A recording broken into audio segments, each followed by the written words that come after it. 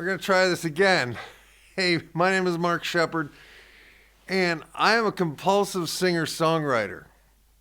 And I am 63 years old, and I have been writing songs since 1974, 75, something like that. By the time I was 16, they got good. And for the first time in my life, my peers in high school actually admired something about me.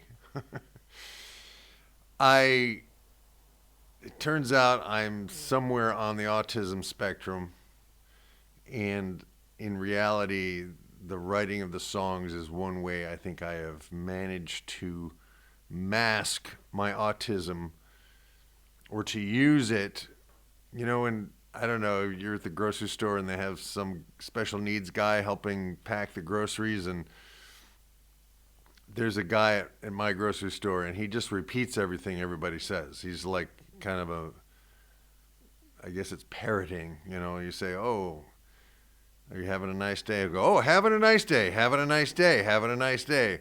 Well, I do that all the time in my head, but I turn it into songs, so it's somewhat acceptable. And I've been able, because part of being on the quote-unquote spectrum seems to be intelligence, I'm able to learn. And I have learned how to interact with people. I have learned how to not crash and burn emotionally as much. But as a songwriter, I feel things deeply. And today I want to talk about a song called Walk Through Roses, which I wrote in February of 2004. And I had been married for less than a year to a beautiful, beautiful woman. And I thought I had found the love of my life. I thought I had found my life partner. She was a physical therapist and worked with babies. She was incredibly talented, incredibly just enthusiastic about being with me until we got married. And then we had some financial challenges, and I don't know what I triggered in her, but she triggered in me that I just couldn't seem to do anything right. If I wanted to connect with her, she felt it was constraining. If I backed off, she felt abandoned. So it's just, I felt no matter what I did, I couldn't do it right. And I was deep at the time in starting my own practice as a hypnotherapist and NLP practitioner. NLP stands for neuro-linguistic programming, which I don't like. I like the word the phrase neuro-linguistic processing, because essentially NLP helped me figure out how I'm getting the reactions I'm getting in myself from what's going on outside of me. And so one of the big key insights in neurolinguistic processing is the idea that we get what we focus on. So if you say to someone, "Don't think of a blue tree," you get a blue tree. So you can't, if you focus on negative stuff, like, you're going to get negative stuff. If you focus on the positive stuff, you're going to get positive stuff. And this is not woo-woo. This is not nicey-nicey stuff. This is just a fact of how our neurology is wired. There's something called the reticular activating system, which causes us to notice things that might be in our interest to notice. So, for example, when you are in the process of getting a new car, all of a sudden you see the model of car that you're considering buying all over the place, right? And in romantic situations, we often end up seeing the other person as causing our distress. And ultimately, that is not the case. We are causing our own distress. We are projecting a lot of our childhood crap out onto the other person. And our childhood programming tells us what to do or not to do, or what to believe or not to believe. And there's all these programs that are just kind of running unconsciously for most of us. So one of my challenges in life has been writing these songs and not being able to get them out into the world, because when people didn't get them, or when people didn't want them, or when people didn't listen, or when people asked me, why don't you do cover songs? It just fucking hurt, because I do my deepest, most profound work in understanding the world, and I process it through songs. I don't know if other songwriters do this or not, but that's what I do. And I have, at this point, well over 500 songs. And my life project is to record them. And literally a week or two ago, I managed to finally clear out the garage and move my recording studio from my basement bedroom in my dad's house to this huge garage. And it's a little challenge to heat, but I have a wood stove, which is behind the camera, and we have a gas propane heater in that corner there, which I have set to 63.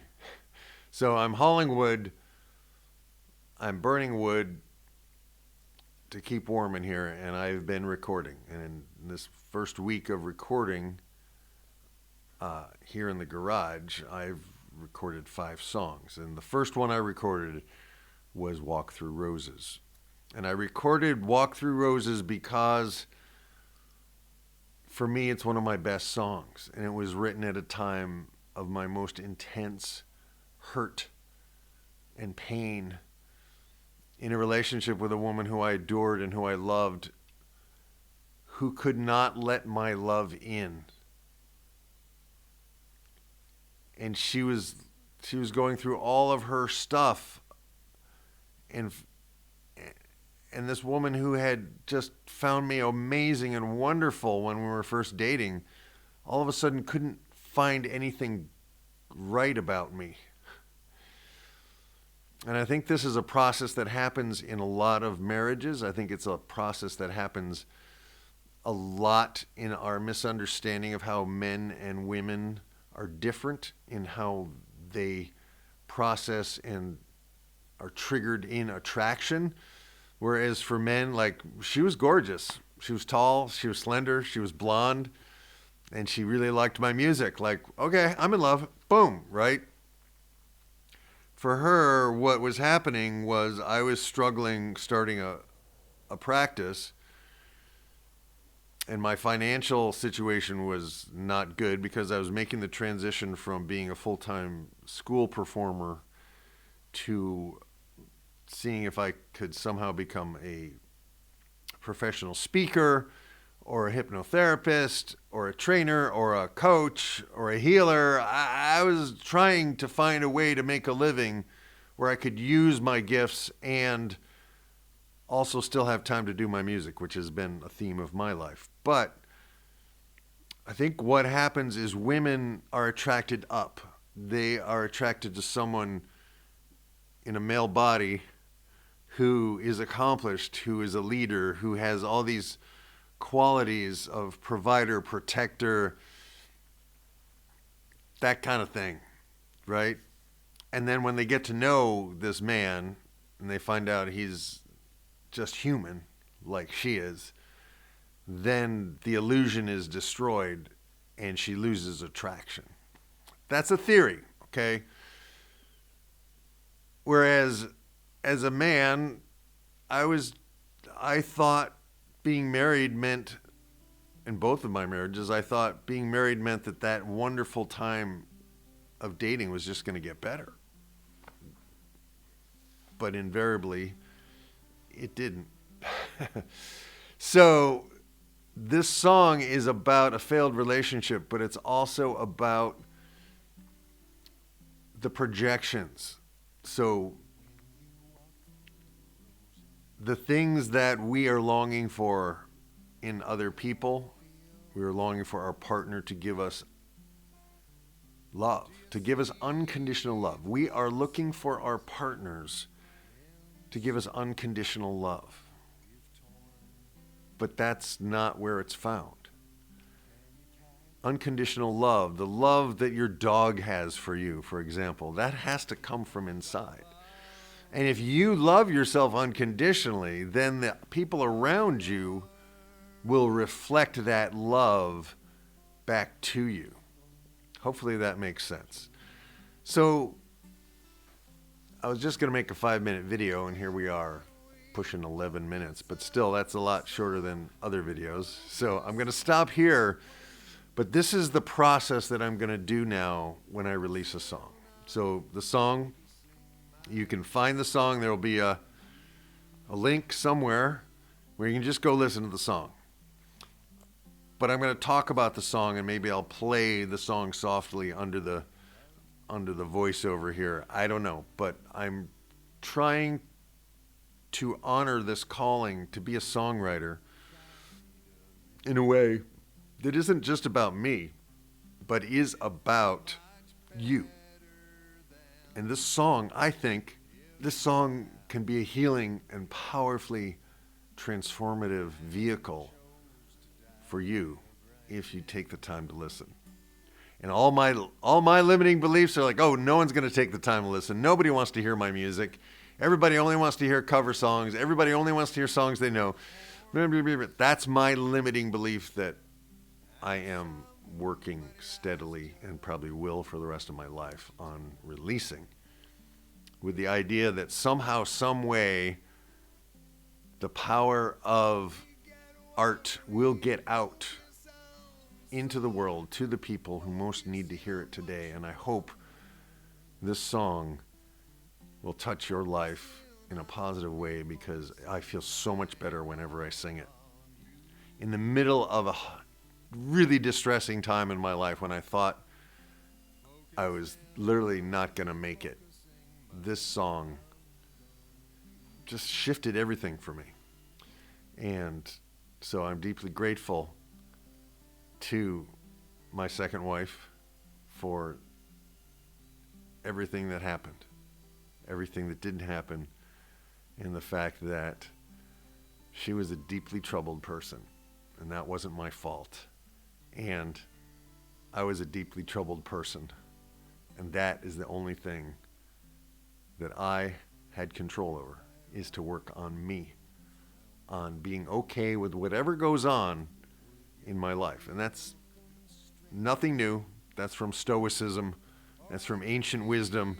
And I just noticed that my cool little blue wind protector here is inside out. So I'll have to redo this video. No, not gonna. We are imperfect people.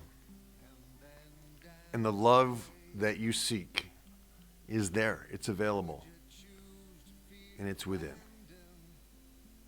Begin to find a way to love yourself. Focus in on what you want.